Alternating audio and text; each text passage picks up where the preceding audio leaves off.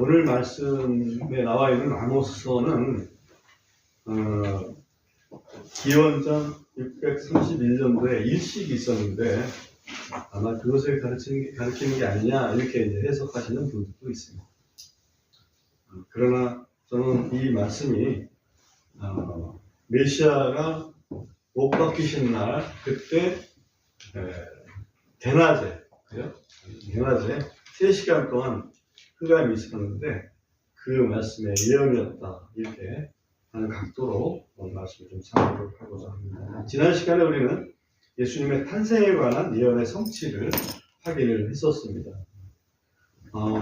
예수님 탄생에 관한 예언에 한 10가지 정도를 성취했었는데 그 예언이 성취되려면 경우의 수가 얼마나 나오는지 여러분 수학을 좀 아시는 분들은 잘 알 거예요. 한 가지 예언이 성취되려면 그것이 성취될 확률은 몇 분의 몇일까요? 2분의 1이죠. 그렇습니다. 성취되냐? 안 되냐? 그 경우니까. 근데 두 가지가 동시에 성취되려면 2분의 1이 2배가 되겠죠. 그죠? 2분의 1 곱하기 2분의 1. 그래서 2의 제곱분의 1. 그러니까 4분의 1로 확률은 줄어듭니다. 그럼 10가지가 동시에 성취가 되려면 2의 몇 승분의 1이어야 됩니까? 2의 10승분의 1. 2의 10승이 얼마예요? 1024. 너무 정확하게 얘기하고 있습니다. 1024분의 1만큼의 확률입니다. 근데 오늘 보려고 하는 것은 예수님께서 죽으신 날, 그때가 6월절 양자는 날이거든요. 1월 14일입니다. 유대인들로. 그때 하루 동안에 있었던 일이 20가지 예언의 성취거든요.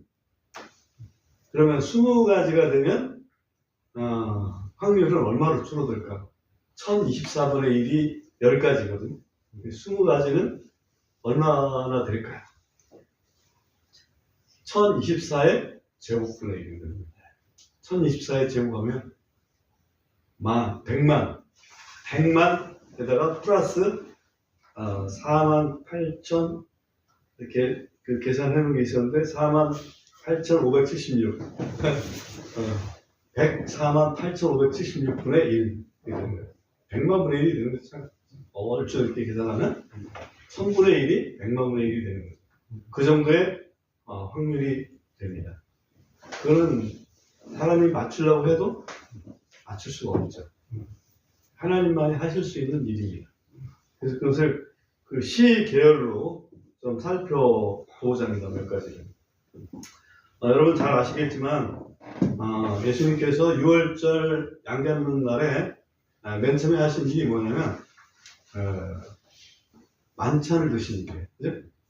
만찬을 드실 때 한 가지 일이 일어납니다. 만찬을 예를 들어서 저녁 6시에 시작을 했다고 치라요. 근데 중간에 처음에는 이제 발을 씻기 시작하시잖아요. 발을 씻기 시작하시고 그 다음에 이제 만찬을 드기 시작합니다. 그러다가 배신자가 나타납니다. 누굽니까? 할리다. 그래서 네 할 일을 해라. 그랬더니 밖으로 나갔죠. 배신, 첫 번째, 이 자기의 그 빵을 같이 먹던 자가 배신할 것이라는 그런 약속이 있는데 그 부분은 첫 예언이니까 한번 살펴보겠습니다. 시편 41편 9절.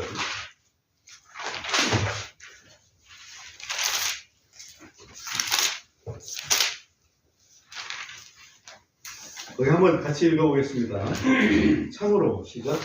참으로 내가 신뢰하고 내 빵을 먹은 나의 잘 아는 친구가 나를 대적하여 자기 발꿈치를 드러나이다. 정말 이 시로 예언해 놓은 것이지만 너무 정확하죠. 예수님께서 사도로 이렇게 임명할 정도로 신뢰를 주었고 그 다음에 6월절날 또 빵을 같이 나눠준 그런 상태인데 그 친구가 나를 대적해서 자기 발꿈치를 드러나요.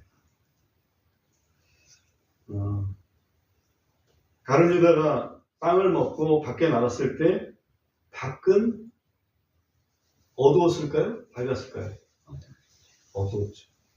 밤이었습니다. 그러니까 아마도 19시 정도 되지 않았을까. 제가 시 계열별로 좀 생각을 해보는 거예요. 6시에 밥을 먹기 시작했다가 7시쯤에서 밖에 나갔는데 깜깜하다 이거지. 겨울이니까 깜깜할 수 있죠. 그리고 예수님께서 이제 제자들과 함께 겟세마네 동산으로 가십니다. 그리고 거기서 계속해서 기도를 하십니다. 몇 시간 동안 기도하셨을까요?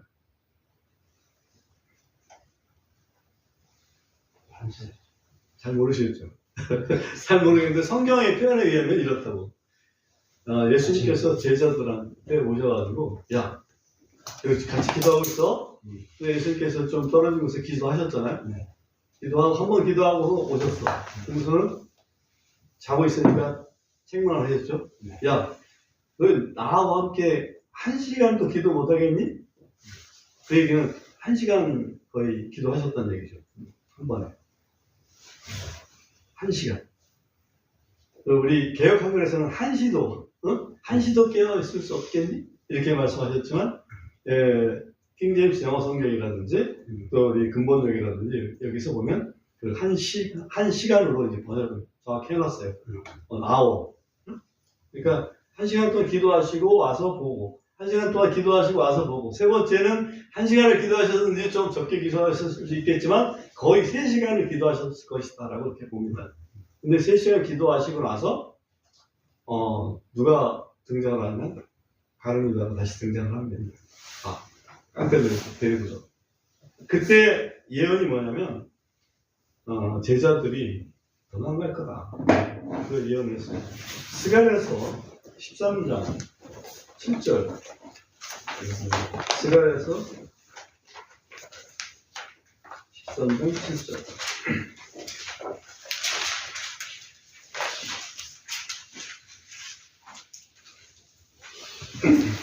여기까지 한번 같이 읽어보겠습니다. 만군의 시작. 만군의 주가 말하노라. 오호가 되어서 내 목자를 대적하라. 내 공을 그 사람을 대적하라. 목자를 치라. 그래야만 양들이 흩어질 것이요. 내가 내 손을 들여 작은 자들 위에 두리라. 여러분 목자를 치라 하시면 예수님을 붙잡아 가면 양들이 흩어질 것이다. 제자들이 도주할 것이다. 그는 이 말씀으로 마가복음에서는 이것이 그렇게 성취됐다라고 기록을 해놓고 있습니다. 이때가 한 23시 정도 될 거라고 봅니다. 그러고 나서 예수님은 잡혀가십니다. 묵묵히 잡혀가시고 그리고 기다리고 있던 그 산헤드린 공회 앞에 서게 됩니다. 그래서 그때부터 신문이 시작이 되잖아요. 신문이 시작되는데 예수님은 아무 말씀 안 하십니다. 저 사람이 저런 얘기했다, 저 사람이 저런 얘기했다, 이 사람 저 사람 와서 얘기하는데 반쯤 맞고 반쯤 틀린 말들이거든요. 아무 얘기 안 하십니다. 가만히 계십니다. 아무 얘기 안 하실 것이라고 성경은 예언을 해놓고 있었습니다. 이사야서에서 그렇게 말씀하고 있습니다. 이건 찾지 않고 가겠습니다. 그리고서 그 다음에 어떤 일이 벌어질까라고 봤을 때는 그 다음에 나온 거는 이 제사장단에서 예수님을 죄인으로 완전히 낙인을 찍고 그리고 이제 아침에 빌라도 법정으로 끌고 가는 그런 그 장면이 그 다음 장면일 것이다 라고 이렇게 생각합니다. 그 전에 다 끌고 가기 직전에 무슨 일이 일어나면 그렇게 하니까 거기에 있던 사람들이 예수님을 향해서 침을 뱉으면서 야 그런 얘기가 나오죠. 우리 침 뱉음에 대한 예언은 나중에 찾아보고 마태복음 26장 67절 한번 보겠습니다. 마태복음 26장 67절.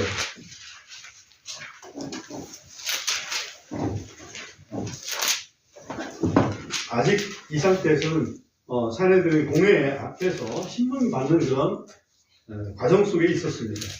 67절을 보면 이에 그들이 그분의 얼굴에 뭐를 뱉고? 침을 뱉고. 그분을 무엇로 치면? 주먹으로 치면. 다른 이들은 그들의 손바닥으로 그분을 치고 이르되 우리에게 말하거라. 너 그리스도야. 너를 친 자가 누구냐? 완전히 겁을 상실했죠. 주님이 누구신지 진짜 알았다면 그렇게 할 수 있었겠어요? 사기꾼으로 생각을 하고 침을 뱉고 뺨을 때리고 그렇게 했습니다. 그 침뱉음을 당할 것이라고 이사야서 50장 6절에서 예언을 하고 있습니다. 그리고 나서 그 다음에 이제 일어난 일은 무엇일까라고 봤을 때는 가룟 유다가 뉘우치고 야 이거 내가 잘못했구나. 우리 주님이 내가 함께했던 그 예수님은 그런 분이 아닌데 저렇게 모욕당할 분이 아닌데 라는 그런 후회가 밀려오면서 자기가 받았던 은 30을 제사장에게 성전에 가서 돌려줍니다. 그랬더니 성전에서는 야 그건 뭐 네가 받은 거잖아 라고 해서 아랑곳하지 않고 그 돈을 성전에 둘 수 없으니 토기장의 밭을 사서 나그네의 무덤으로 삼자 이렇게 이제 결정을 하고 토기장의 밭값으로 은 30을 지불하게 됩니다. 이것도 스갈에서 11장 13절에 보면 제가 읽겠습니다. 참고 읽으십시오. 주께서 내게 이르시기를 그것 곧 그들이 내 값을 쳐서 매긴 그 상당한 값을 토기장에게 던지라 하시더라. 이에 내가 그 은 30개를 취하여 주의 집에 있는 토기장에게 던졌더라. 이렇게 예언이 된 것이 성취가 된 것을 알 수 있습니다. 그 다음에는 아주 일사천리로 진행이 됩니다. 빌라도에 의해서 채찍에 맞습니다. 채찍에 맞고 그 다음에 채찍에 맞으면서 그 군인들 이방인 군인들 로마 군인들에 의해서 또 비웃음을 한번 당합니다. 비웃음을 당하고 다시 십자가를 끌고 지고 가서 결국은 십자가에 못 박히게 됩니다. 이것이 한 7, 8번째쯤 되는 그런 그 예언입니다. 그 앞에 예언들이 다 성취가 됩니다. 그리고 그 못 박힐 때에 손바닥에만 못 박히는 게 아니라 그 옆에 있는 강도들도 함께 마치 예수님은 강도 중에 한 명이다라는 그 취급을 받으면서 못 박히게 됩니다. 그런데 그때 주님은 기도를 하십니다. 이들을 용서해 주십시오. 라는 기도를 합니다. 그것도 예언이 되어 있습니다. 이사야서 53장 12절 찾아보겠습니다.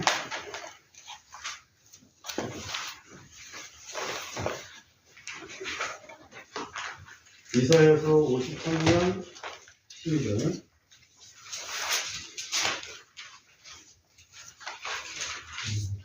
제가 읽어보겠습니다.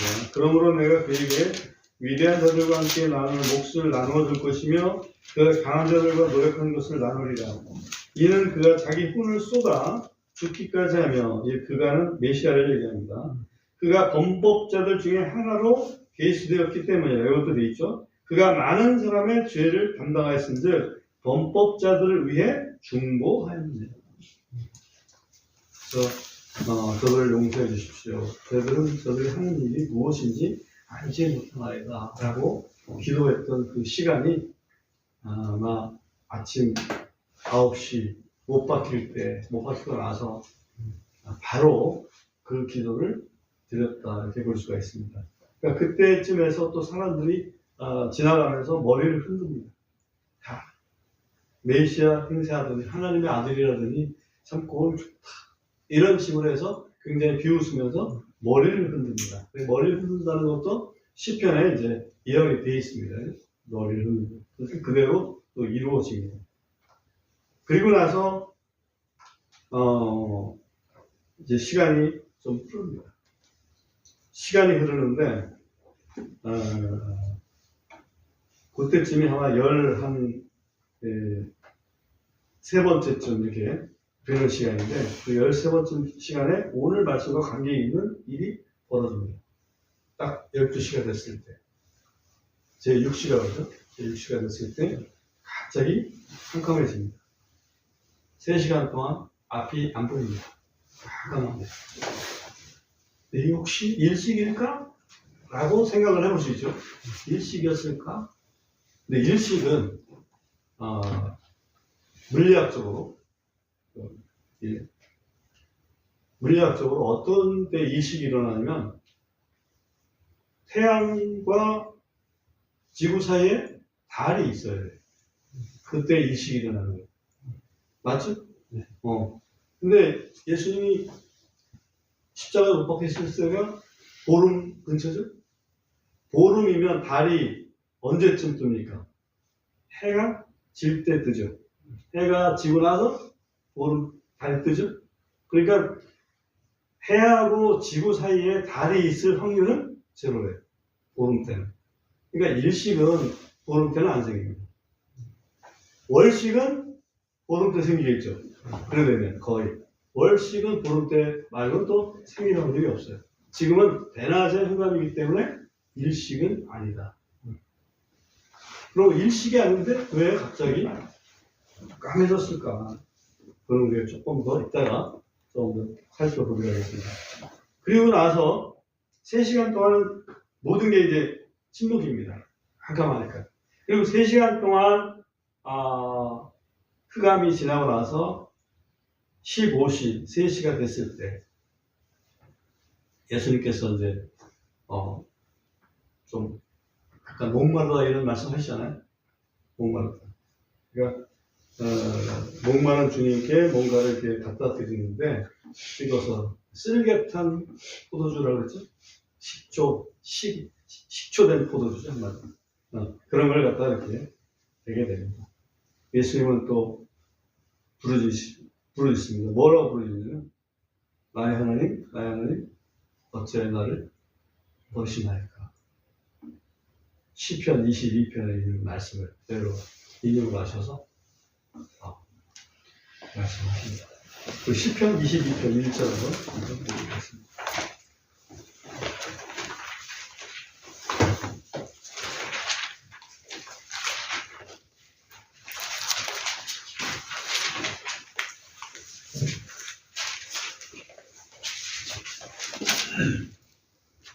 처음 읽어보겠습니다. 시작. 나의 하나님이여 나의 하나님이여 어찌하여 주께서 나를 버리셨나이까. 어찌하여 주께서 나를 전문으로부터 또 나의 울부짖는 말로부터 멀리 떨어져 계시나이까. 나의 하나님, 나의 하나님. 평상시 같으면 아버지 이렇게 했을 텐데 이때는 온 세상의 죄를 짊어진 대표 죄인으로서 하나님을 대하기 때문에 나의 하나님, 나의 하나님, 어찌하여 나를 버리셨나이까? 라고 이렇게 울부짖습니다.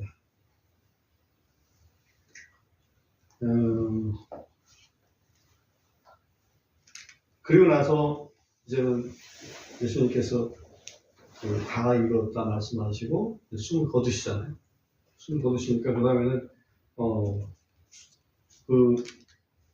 그 다음 날이 큰 안식일이다. 6월절 큰 안식일이기 때문에 시신을 십자가상에 이렇게 달아두는 것은 안 되겠다. 보통 십자가형을 당할 때 그 사람들이 오래 견디는 사람들은 거기서 죽지 않은 상태로 한 4, 5일씩 이렇게 안 죽고 고통을 당한다고 해요. 그래서 일부러라도 이제 죽도록 로마 군병들이 다리를 분지는 그런 일을 했습니다. 근데 예수님 앞에 딱 가니까 예수님이 돌아가셨어.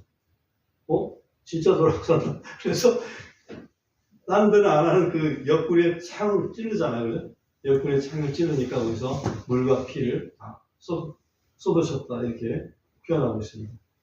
옆구리 찌른다는 것도, 스가랴서 12장에 보면, 찌른 자들이 나를 볼 것이다라는 그 예언이 있잖아요. 그러니까 뭐를 찌를 것인가라고 봤을 때, 그것이 옆구리 찔릴의 예언이었구나. 이렇게, 이해를 할 수 있습니다. 그리고 죽으셨는데 그분은 뼈가 부러지지 아니한 상태로 이제 죽음을 맞게 됩니다. 왜냐하면 다른 사람은 아직 죽지를 않아가지고 뼈를 부러뜨려가지고 그 충격으로 죽게끔 그렇게 이제 만들었는데 예수님은 이미 죽으셨기 때문에 그랬습니다. 시편 34편 20절에 보면 시편 34편 20절에 보면 이렇게 되어 있습니다. 그분께서 그의 모든 뼈를 지키시니 그것들 중에 하나도 꺾이지 아니하는도다. 이 말씀이 예언이 그에 있었습니다.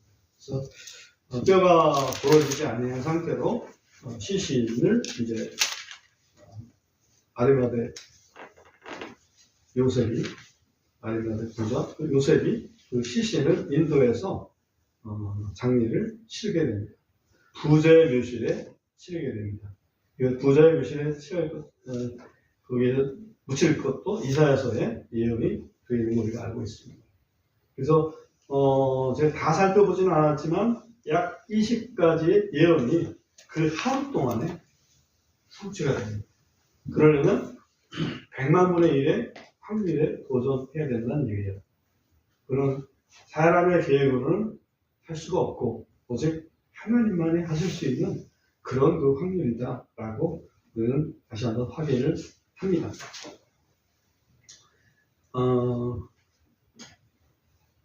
누가복음 18장 31절에 지금 말씀드렸던 이의 총체적인 말씀을 우리 주님께서 어떻게 말씀하셨는지 잠시 보겠습니다. 누가복음 18장 31절에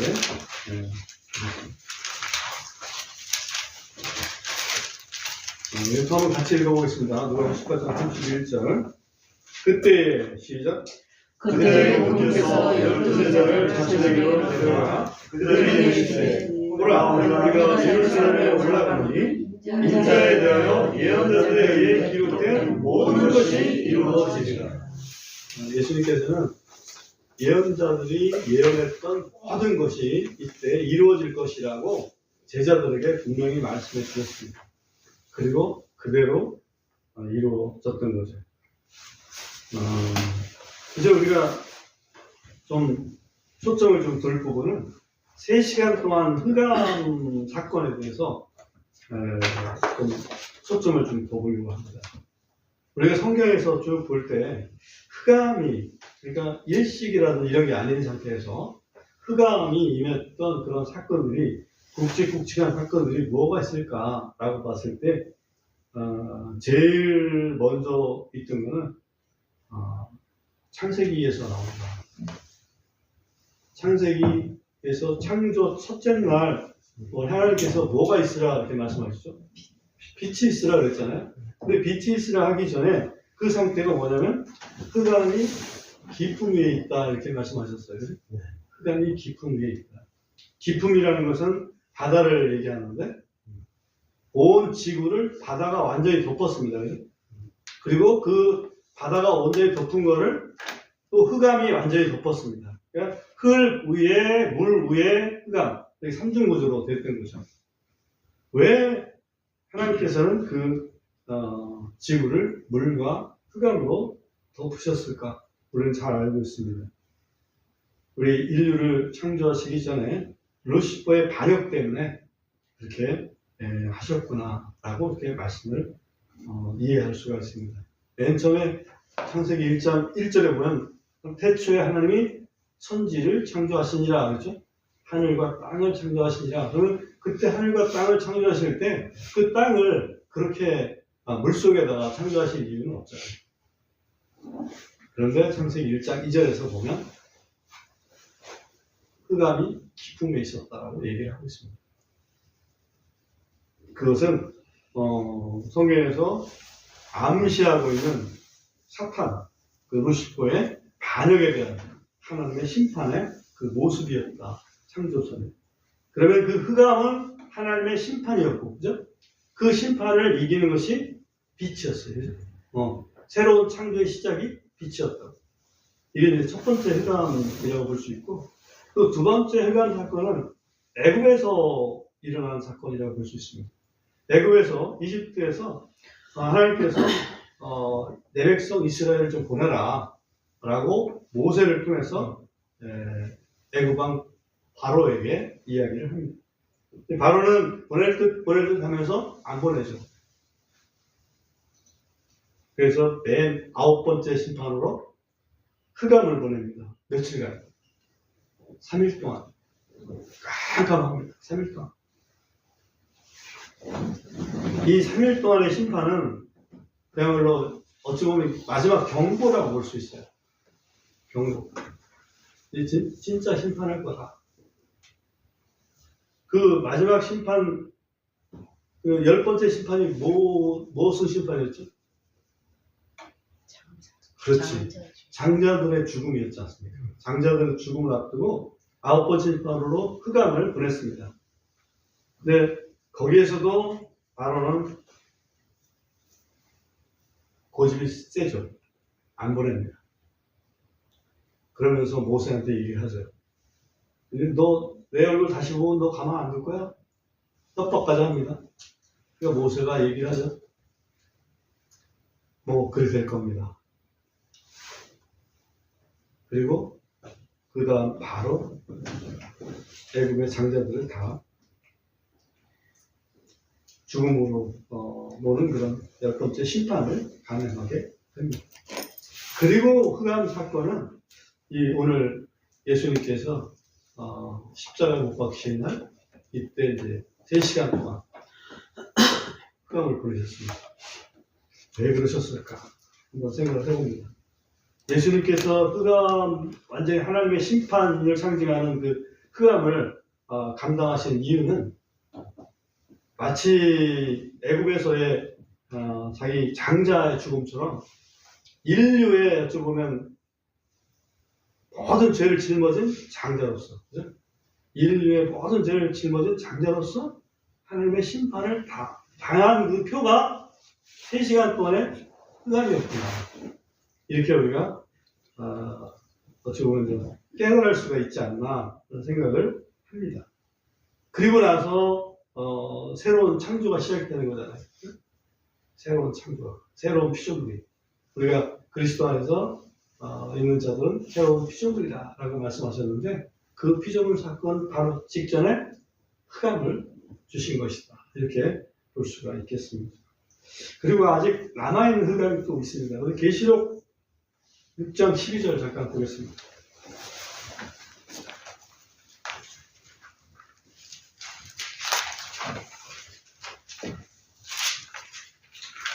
계시록 6장 12절에 보면 제가 한번 읽어보겠습니다.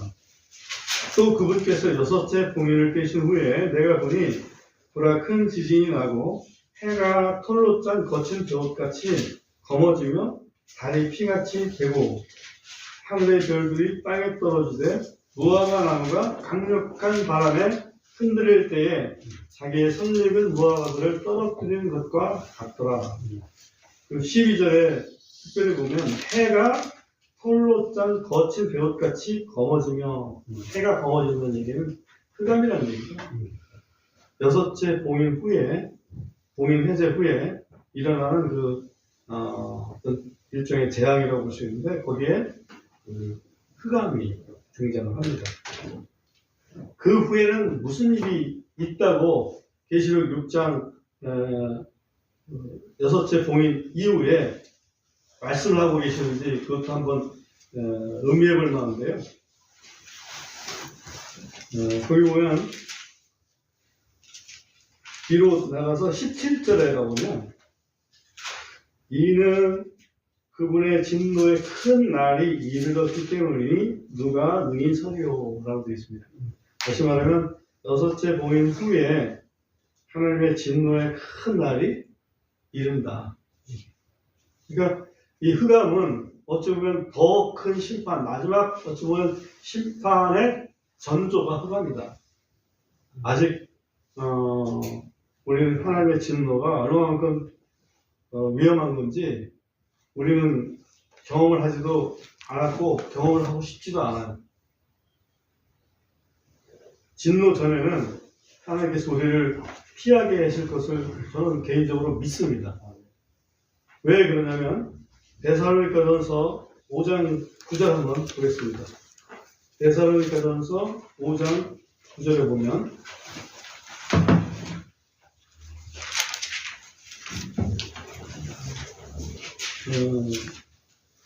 한번 같이 읽어 보시겠습니다.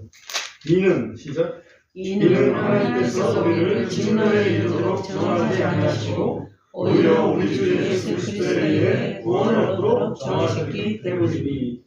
하나님께서 우리를 정하셨어요. 우리의 운명을 정하셨는데 그 정한 것은 진노에 이르도록 정하지 아니하셨고 오히려 그리스도에 의해서 구원 얻도록 정하셨다. 그래서 적어도 우리 그리스도인들은 진노는 안 돼요. 진노는 안 돼요.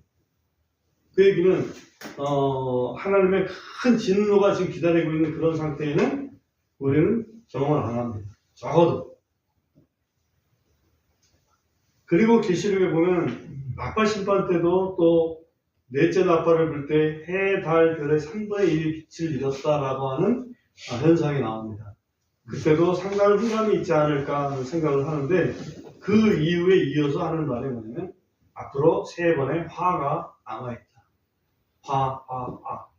3번의 화가 남아있다라고 이렇게 선언을 합니다. 그래서 그 흑암이라는 것은 흑암 자체가 진노라기보다는 흑암은 그 진노의 앞에 전주곡이다.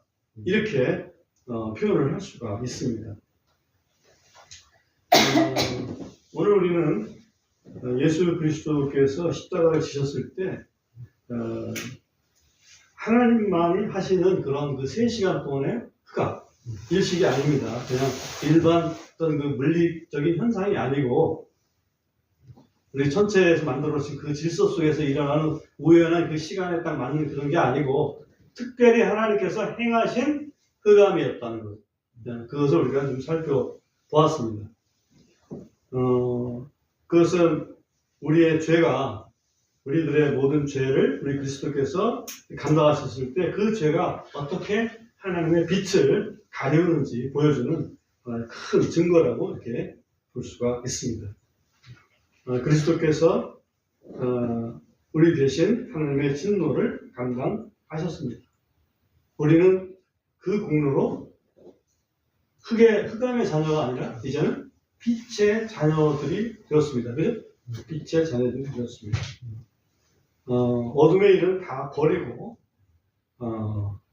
부활하신 그리스도 안에서 하나님의 구원을 누리는 것이 우리가 해야 될 그런 일이고 또 그야말로 아담은 옛 피조물이라고 한다면 그리스도 안에 있는 우리 그리스도인들은 새로운 피조물이잖아요. 새로운 피조물답게 살아가는 방법이라고 이렇게 볼 수가 있겠습니다. 그래서 오늘 안성성부처럼 우리가 한때는 어둠이었지만 이제는 주 안에서 빛이 되었으니 빛의 자녀들로서 이렇게 걸어야 되겠다라고 이렇게 권면하신 말씀이 우리가 어떻게 살아야 되는지까지도 말씀해 주고 있다. 그런 것을 살펴보았습니다.